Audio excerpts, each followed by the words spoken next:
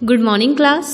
Last lecture में हम लोग मैग्नेटिक फील्ड किसी मूविंग चार्ज के अराउंड कैसे जनरेट होती है ये देख चुके थे और इससे रिलेटेड हैंस क्रिस्टियन ऑरेस्टेड के एक्सपेरिमेंट को भी समझ चुके थे।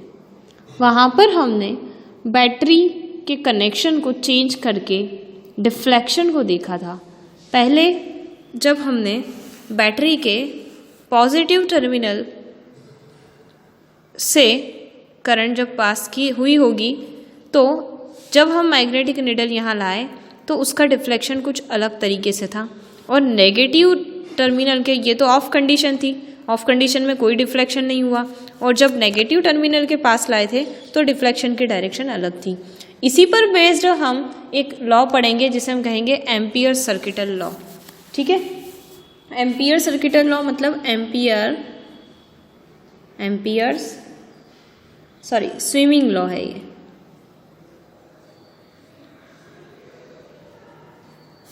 स्विमिंग्स रूल भी कह सकते हैं या लॉ भी कह सकते हैं। एम्पियर ने स्विमिंग यानी कि तैरना, ठीक है, एम्पियर के तैरने का नियम है।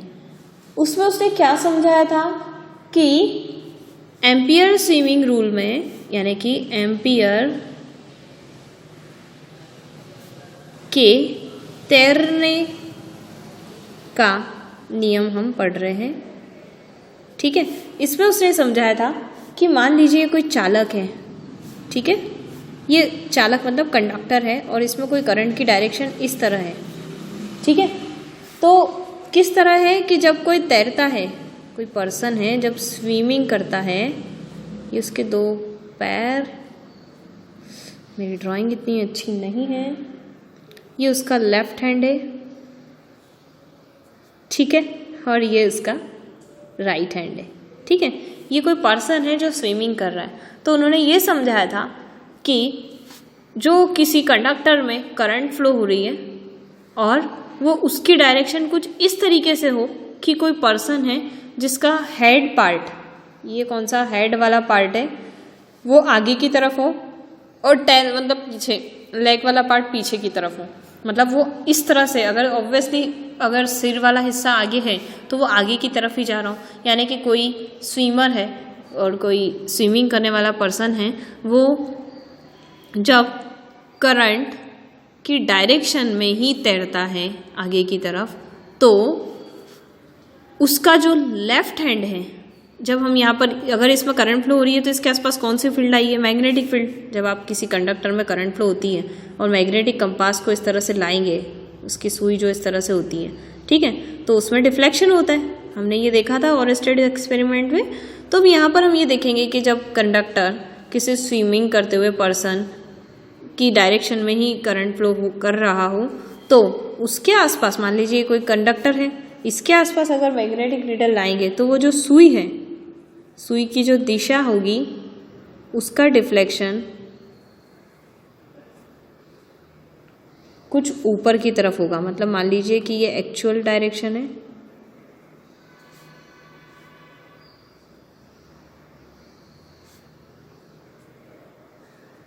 ठीक है, ये नॉर्थ था, ये साउथ था, ये ऐसे रखी हुई थी नीडल, लेकिन इसका डिफ्लेक्शन कहाँ हुआ, ऊपर की तरफ। नॉर्थ पोल इसके लेफ्ट हैंड की तरफ जाएगा। ठीक है, लेफ्ट हैंड ये वाला है ना, तो ये लेफ्ट हैंड ऊपर जा रहा है तो इसका डिफ्लेक्शन भी किस तरह होगा, नॉर्थ पोल ऊपर जाएगा। ठीक है, और जब राइट हैंड ऊपर जाएगा तब नॉर्थ पोल कहाँ जाएगा, नीचे जाएगा। तो कुछ इस तरह से मैग्नेटिक नीडल डिफ्लेक्ट होगी कि ये जो स्विमिंग करते हुए पर्सन का लेफ्ट हैंड जब ऊपर जाएगा तो नॉर्थ पोल भी मैग्नेट का ऊपर जाएगा, तो इसका डिफ्लेक्शन कुछ इस तरह होगा। यानी कि अगर करंट इस तरह से फ्लो हो रही है तो इसका मतलब है कि जो मैग्नेटिक कंपास है उसका डिफ्लेक्शन पहले ऊपर की तरफ होगा और नीचे की तरफ बाद में होगा।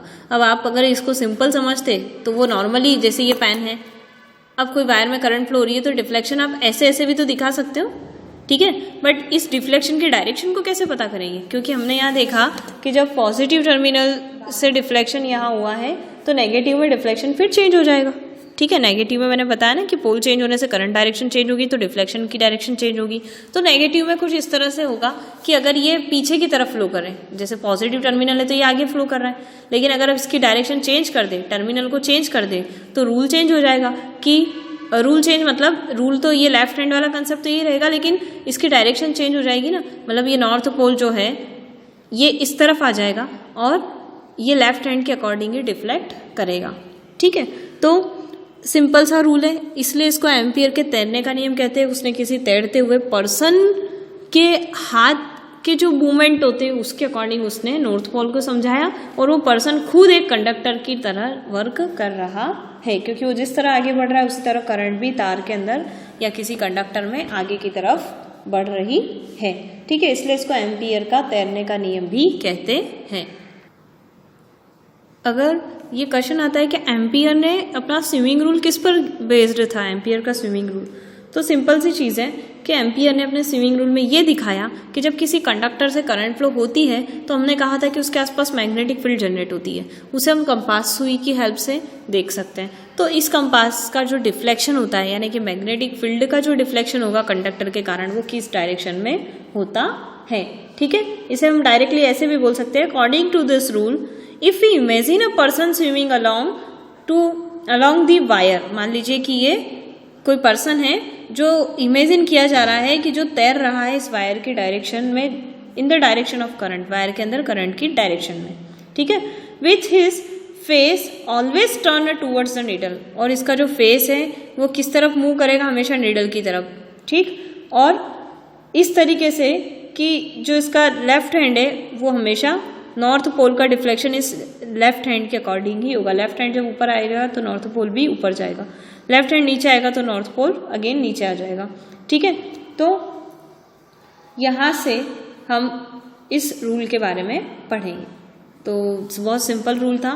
अब हम देखते हैं कि मैग्नेटिक फील्ड जो होती है किसी भी कंडक्टर के अराउंड वो कैसी होती है। देखिए, ऐसे तो इससे 2D में इमेजिन कर पाना थोड़ा सा मुश्किल है, क्योंकि मान लीजिए ये कोई वायर है, ठीक है, तो इसकी जो मैग्नेटिक फील्ड है वो कुछ इस तरह से बनेगी। इस वायर का जो क्रॉस सेक्शन एरिया है, ये जो ब्लू कलर का पॉइंट है, ठीक है, ये एक वायर को अगर मैं इस तरह से खड़ा कर दूं इस तरीके से, तो आपको क्या दिखेगा, यहाँ पर जो डार्क ब्लू दिख रहा है, ठीक है, ये डार्क ब्लू कंडक्टर है, लेकिन उसके आसपास हल्का सा वाइट शेड है, उसको आप मैग्नेटिक फील्ड समझ लीजिए।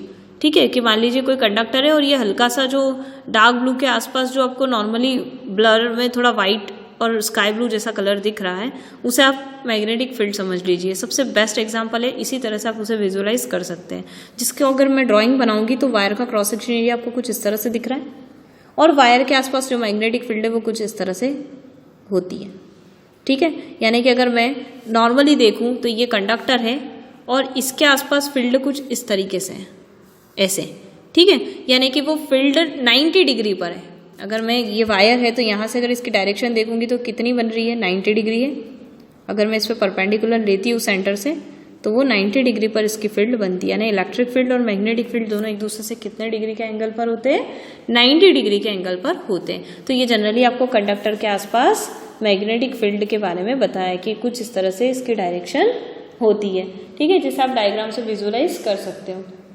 अब इसकी कंडक्टर के अंदर जब करंट फ्लो होती है तो इसके आसपास जो मैग्नेटिक फील्ड की डायरेक्शन है उस पर बेस्ड कुछ रूल है जो किसने दिए थे, मैक्सवेल ने। भाई ये एम्पियर स्विमिंग रूल था, उसी तरह एम्पियर ने तो सिर्फ आपको बताया था कि मैग्नेटिक कंपास कैसे डिफ्लेक्ट करेगा, लेकिन यहाँ पर अब क्या पढ़ेंगे हम कि जब किसी कंडक्टर के अंदर लगातार करंट फ्लो हो रही है तो उसके आसपास जो मैग्नेटिक फील्ड है उसकी डायरेक्शन क्या होगी। विजुअलाइज तो मैंने आपको करा दिया, लेकिन अलग अलग फिजिसिस्ट ने अपने अकॉर्डिंग अलग अलग रूल दिए। जैसे एम्पियर ने एक तैरता हुआ इंसान को इमेजिन कर लिया, सेम उसी तरह मैक्सवेल ने क्या किया था वो देखेंगे। ठीक है, मैक्सवेल ने अब करंट की डायरेक्शन को समझाने के लिए क्या किया, मैक्सवेल का राइट हैंड रूल हम पढ़ेंगे। ठीक है, right handed cork screw rule बोलते हैं इसको, क्योंकि यहाँ पर स्क्रू का यूज किया था उसने समझाने के लिए। स्क्रू तो आपने देखा होगा। ठीक है, Maxwell's right handed cork screw rule.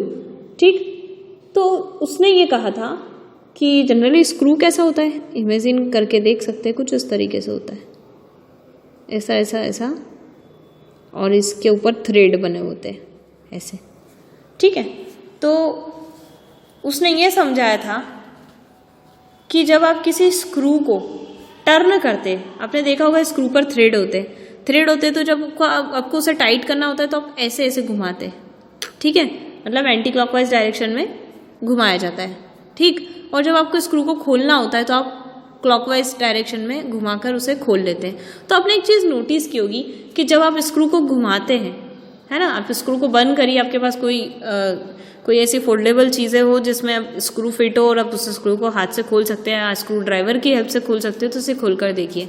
जब आप उसे टाइट करते हैं, लगाते हैं, तो वो अंदर की तरफ जाता है, अंदर की तरफ, मतलब वो आप ऐसे घुमाते जाएंगे और वो अंदर की तरफ जाता जाएगा, क्योंकि उसके जो थ्रेड बने वो अंदर चलते जाते हैं और वो स्क्रू फिट हो जाता है। तो स्क्रू की डायरेक्शन कहाँ हो जाती है, नीचे, ठीक है। उसी तरह जब आप स्क्रू खोलते हैं तो आप उसे क्लॉकवाइज ऐसे घुमाते हैं, तो जब वो क्लॉकवाइज डायरेक्शन में घूमता है तो वो कहाँ आता जाता है, ऊपर आता जाता है। तो जब स्क्रू का दो मोमेंट होते हैं, एक तो क्लॉकवाइज एंटी क्लॉकवाइज, दूसरा अपवर्ड और डाउनवर्ड, ठीक है। जब स्क्रू डाउनवर्ड अपवर्ड रोटेट होता है, मतलब आप स्क्रू को खोल रहे हैं तो आप उसे कहाँ घुमाएंगे, क्लॉकवाइज डायरेक्शन में, मतलब कुछ मैग्नेटिक फील्ड कहाँ होगी, क्लॉकवाइज डायरेक्शन में होगी, ठीक है, कुछ इस तरीके से होगी, ठीक।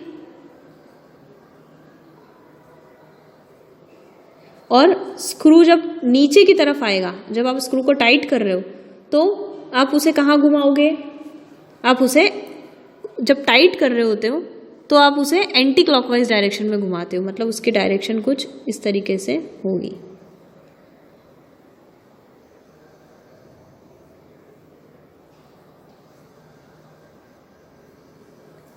ठीक है। आया समझ में? बहुत सिंपल कंसेप्ट है ये, कि ये जो स्क्रू का क्लॉकवाइज एंटी क्लॉकवाइज घूमना है, ये क्या रिप्रेजेंट कर रहा है, मैग्नेटिक फील्ड।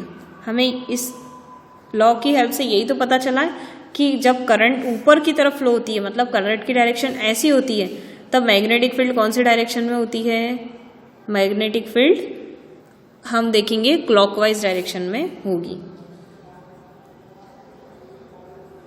और जब करंट की डायरेक्शन डाउनवर्ड होगी तो मैग्नेटिक फील्ड क्या होगी, एंटी, ये करंट की डायरेक्शन है, ये एरो किसको रिप्रेजेंट कर रहा है, करंट को कर रहा है, और ये एंटी क्लॉकवाइज डायरेक्शन में होगा। तो स्क्रू उन्होंने सबसे बेस्ट एग्जांपल था समझाने के लिए कि इसमें आप दोनों ही फील्ड को अच्छे से समझ सकते हो कि जैसे डायरेक्शन करंट की चेंज हुई, मैग्नेटिक फील्ड की डायरेक्शन भी चेंज हो जाती है। और अभी हमने देखा कि मैग्नेटिक फील्ड कैसे होती है, कंडक्टर के आसपास सर्कुलर रिंग की तरह बनी होती है, जो कंडक्टर से 90 डिग्री के एंगल पर होती है। यानी कि कंडक्टर के अंदर इलेक्ट्रॉन कैसे आ रहे हैं, बिल्कुल इस तरीके से ऊपर की तरफ इलेक्ट्रॉन चलते हुए आ रहे हैं, सपोज कीजिए, तो उसके आसपास मैग्नेटिक फील्ड ऐसे ऐसे 90 डिग्री के एंगल पर होती है उस कंडक्टर के चारों तरफ, ठीक है। तो यहाँ पर इलेक्ट्रॉन का मोशन है, यानी करंट इलेक्ट्रिक फील्ड का मोशन है, और ये आसपास मैग्नेटिक फील्ड का मोशन रिप्रेजेंट किया है, ठीक है। तो कॉर्क स्क्रू क्या बोलता है, if a cork screw is turn such that it advances in the direction of current, मतलब आप स्क्रू को कुछ इस तरीके से रोटेट कर रहे हो कि वो किस डायरेक्शन में जा रहा है, करंट की डायरेक्शन में जा रहा है। दैट मीन्स अगर आप खोल रहे हो तो वो ऊपर जा रहा है, और बंद कर रहे हो स्क्रू को लगा रहे हो तो वो नीचे जा रहा है। तो उसका अप डाउन मोशन क्या रिप्रेजेंट कर रहा है, करंट को रिप्रेजेंट कर रहा है। Along the wire then the direction in which thumb rotate, जिस डायरेक्शन में आपका थंब घूमेगा, जैसे आप खोल रहे हो तो उसका आपका थंब ऐसे जा रहा है, ऐसे, तो यहाँ पर आप इस डायरेक्शन में मैग्नेटिक फील्ड बनेगी। और जब आप मतलब लगा रहे हो तो आपका जो थंब है वो कुछ इस तरह से जा रहा है अंदर की डायरेक्शन में, यानी कि ऐसे जा रहा है, तो इस तरीके से आपका जो थंब है वही आपको मैग्नेटिक फील्ड की डायरेक्शन समझाएगा कि आपका फोर्स किस तरफ लग रहा है, उसी डायरेक्शन में मैग्नेटिक फील्ड होगी। तो ये लॉ भी बहुत सिंपल लॉ था। अब हम राइट हैंड रूल देखेंगे। मैक्सवेल का राइट हैंडेड कॉर्क स्क्रू अलग होता है और मैक्सवेल का राइट हैंड रूल अलग होता है, ठीक है। ये आप दोनों में डिफरेंस समझ लीजिएगा। अगर कॉर्क स्क्रू आए तो आपको स्क्रू वाला कंसेप्ट समझाना है, ठीक। और जब आपको केवल राइट हैंड रूल आए तो वहाँ पर आपको राइट हैंड का यूज़ करना है। समझ लीजिए, स्क्रू का मतलब है स्क्रू के हेल्प से समझाना है, और राइट हैंड मतलब जब आप स्क्रू को राइट हैंड में पकड़कर स्क्रू को टर्न करते हैं तो right handed cork screw rule की बात की है। और यहाँ पर केवल क्या लिखा है, मैक्सवेल राइट हैंड रूल। तो राइट हैंड रूल का मतलब क्या होता है, केवल आपका सीधा हाथ घूमेगा। तो इसको समझाने के लिए आप अपना ये हाथ रख लीजिए सीधा वाला, ठीक है।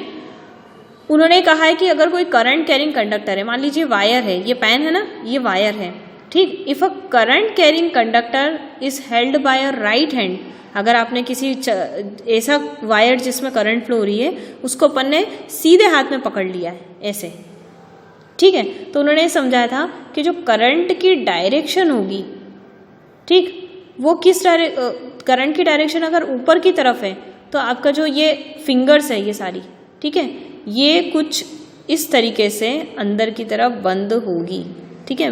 ये जैसे ये नॉर्मली समझ लीजिए कि ये कोई कंडक्टर है और इस कंडक्टर को जब आप राइट हैंड से पकड़ेंगे तो आपकी फिंगर्स कैसे टर्न हो रही है, ऐसे टर्न हो रही है।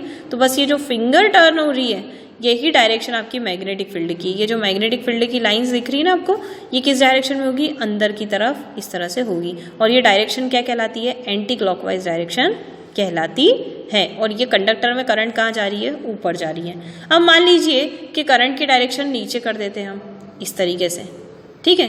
तो जब आप ऐसे पकड़ेंगे, नीचे करंट जा रही है, तो फिर इसको आप इस तरीके से पकड़िए। इस समय थंब कहाँ चला जाएगा, देखिए थंब नीचे चला गया और ये आपने फिंगर्स कुछ इस तरीके से मोड़ी, ऐसे आपने फिंगर को मोड़ा है, ठीक है। तो अब तब डायरेक्शन चेंज हो गई।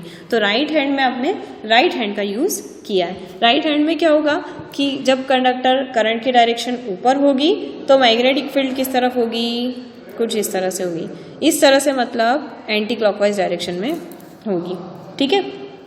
तो इसे मैं कैसे रिप्रेजेंट करूँगी, नॉर्मली आप एक कंडक्टर ले लीजिए, ठीक है, और इस कंडक्टर को हम इस ड्राइंग के थ्रू रिप्रेजेंट कर सकते हैं। ये कुछ फिंगर्स बना दी मैंने, 4 फिंगर,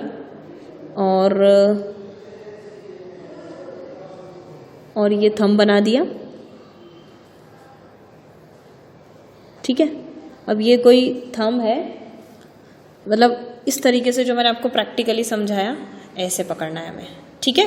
तो ये जो डायरेक्शन है अंदर की तरफ टर्न लेने वाली, इसको मैं ऐसे ऊपर की तरफ रिंग में समझा देती हूँ कि ये डायरेक्शन कुछ ऐसे होगी, ऐसे, ठीक है, अंदर की तरफ। और करंट की डायरेक्शन कहाँ होगी, ऊपर की तरफ। तो आप ये क्या है, करंट कैरिंग कंडक्टर, ठीक। और ये जो लाइंस बन रही है किसकी बन रही है, magnetic field lines, magnetic field lines है जो आपको राइट हैंड रूल से समझा रहा है कि अगर आप जब इसे टर्न करेंगे वायर को नीचे की तरफ तो इसकी डायरेक्शन मैग्नेटिक फील्ड की भी चेंज हो जाएगी, ठीक है। जहाँ आपकी फिंगर की डायरेक्शन होती है वही इसकी डायरेक्शन बनती है। तो आज के लिए हमने ये टॉपिक बहुत अच्छे से पढ़ लिया कि जब कोई कंडक्टर में करंट फ्लो होती है तो उसकी मैग्नेटिक फील्ड जो उसके आसपास जनरेट होती है वो उसकी डायरेक्शन क्या होगी। सभी ने अपने अपने रूल के अकॉर्डिंग उसकी डायरेक्शन को समझाया है, ठीक है। और कैसे होती है वो विजुअलाइज भी हमने कर लिया है। अब नेक्स्ट लेक्चर से हम लोग डेरिवेशन से स्टार्ट करेंगे। उसमें सबसे पहला नाम आता है बायो-सावर्ट लॉ, ठीक है। बायो-सावर्ट भी एक फिजिसिस्ट है जिन्होंने ओरेस्टेट का एक्सपेरिमेंट जो था जिसमें आपने ये समझा था कि अगर किसी कंडक्टर में करंट फ्लो होती है तो मैग्नेटिक फील्ड उसके आसपास जनरेट होती है, ठीक है। तो उसी के बाद मैक्सवेल ने अपना कॉर्क स्क्रू रूल दिया, एम्पियर ने अपना स्विमिंग रूल दिया। देन 1820 के बाद फ्रेंच के साइंटिस्ट थे ये, ठीक है, और बायो एंड फेलिक्स सावर्ट, मतलब 2 अलग अलग पर्सन थे, बायो और सावर्ट, ठीक। फ्रेंच के थे इसलिए इनके नाम में बायो आता है, BIOT, और T साइलेंट है क्योंकि फ्रेंच नेम है इसीलिए। तो बायो और सावर्ट 2 अलग अलग फिजिसिस्ट थे जिन्होंने अपना रूल दिया था जिसे हम नेक्स्ट लेक्चर में पढ़ेंगे। Okay, thank you.